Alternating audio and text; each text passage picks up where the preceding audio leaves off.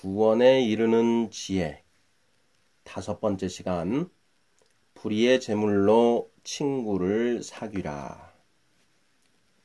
예수님의 비유 중 가장 난해한 것이 바로 누가복음 16장 불의한 청지기의 비유입니다.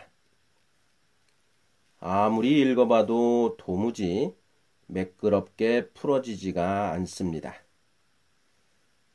여러분은 다 이해하시는데 저만 그런 것인가요?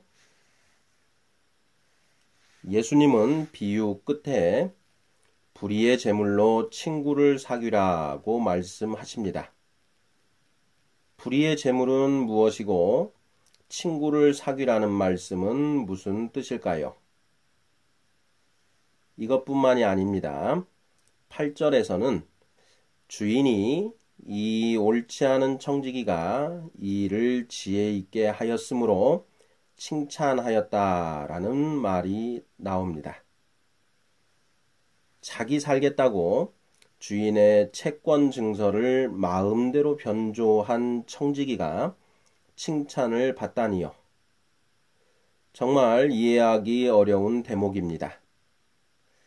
제가 묵상한 것을 말씀드릴 테니 상고하시고 과연 옳은지 분별해 주시기 바랍니다. 1절에 나오는 어떤 부자는 하나님, 불의한 청지기는 우리들을 말합니다. 우리들이 이 세상에서 누리는 재물은 모두 하나님의 것입니다. 주인의 소유를 낭비한다는 것은 맡겨진 재물을 주인의 뜻대로 사용하지 않는 것을 의미합니다. 성경에서 재물은 고아와 과부를 돕는 수단이 되어야 합니다. 불의한 청지기는 그 재물들을 이웃을 돕는 데 사용하지 않고 무언가 다른 데 사용하고 있다는 것입니다. 하나님이 청지기 직분을 박탈하겠다고 하시자 먹고 살 길이 막막해진 청지기가 빚진 자들의 빚을 조금씩 탕감해 줍니다.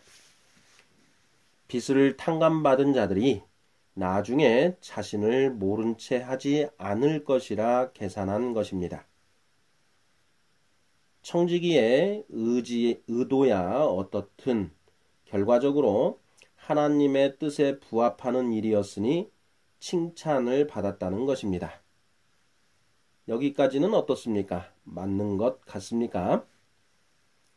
문제는 그 다음 불의의 제물로 친구를 사귀라는 말씀의 의미입니다.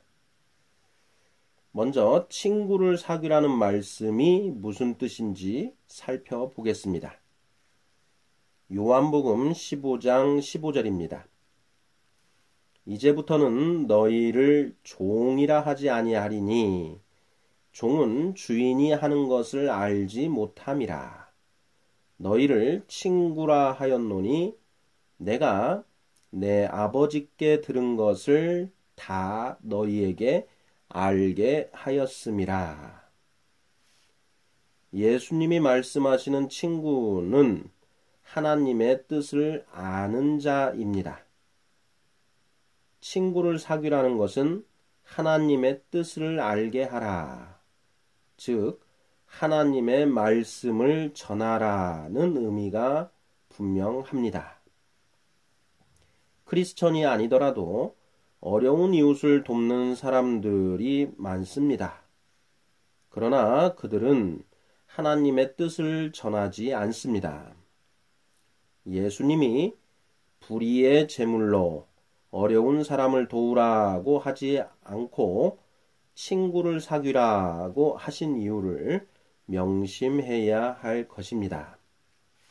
요한복음 6장 63절 살리는 것은 영이니 육은 무익하니라.